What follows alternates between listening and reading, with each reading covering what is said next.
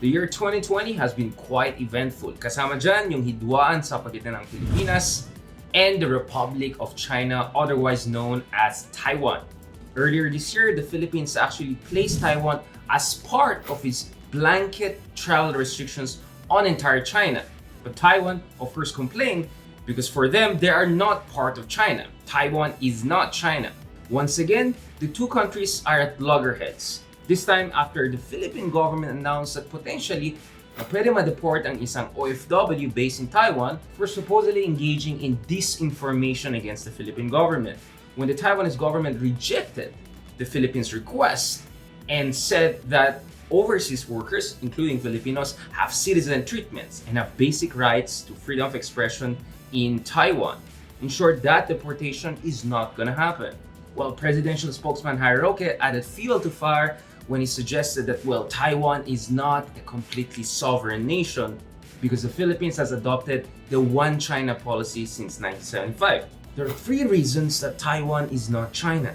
First of all, Taiwan is a full-fledged liberal democracy, while China is considered as a one-party communist regime, or some would say one-party dictatorship. Now, if you look at international rankings, this difference is very, very clear. For instance, if you look at The Economist Democracy Index, which measures basic democratic freedoms across the world, while Taiwan is ranked 31st in the world, China is ranked 153rd in the world, way at the bottom of the list. So China is considered as one of the least free countries on earth, while Taiwan is considered as one of the most democratic and free nations if you look at international rankings. The second important issue is that Taiwan actually has de facto sovereignty and partial international recognition. Una-una, if you look at the definition of sovereignty, including by sociologists such as Max Weber, it's very clear that sovereignty pertains to monopoly on legitimized use of violence or monopoly of authority over specific people and territory. Pagdating sa Taiwan,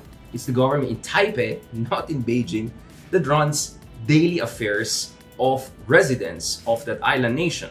Moreover, if you look at Taiwan Relations Act of 1979, the United States, the world's superpower and leading nation, actually acknowledges Taiwan as a separate entity. And wag natin kalimutan, totoo yan. Meron tayong One China policy since 1975 kung saan the Beijing government, yun ang i-recognize natin as representative of bigger China. Nonetheless, Taiwan still has a de facto embassy in the Philippines and across countries around the world. It's called the Taipei Economic and Cultural Office. Third, and most importantly, pag tinignan mo yung relasyon between mainland China, Beijing, and Taiwan, there's a so-called 1992 consensus, kung saan both sides agreed that yes, ultimately there's one China, but no one has a monopoly to say who that true representative is. Of course, the government in Beijing claims that they represent entire China, including Taiwan, while the government in Taiwan claims that they're the true representative of China.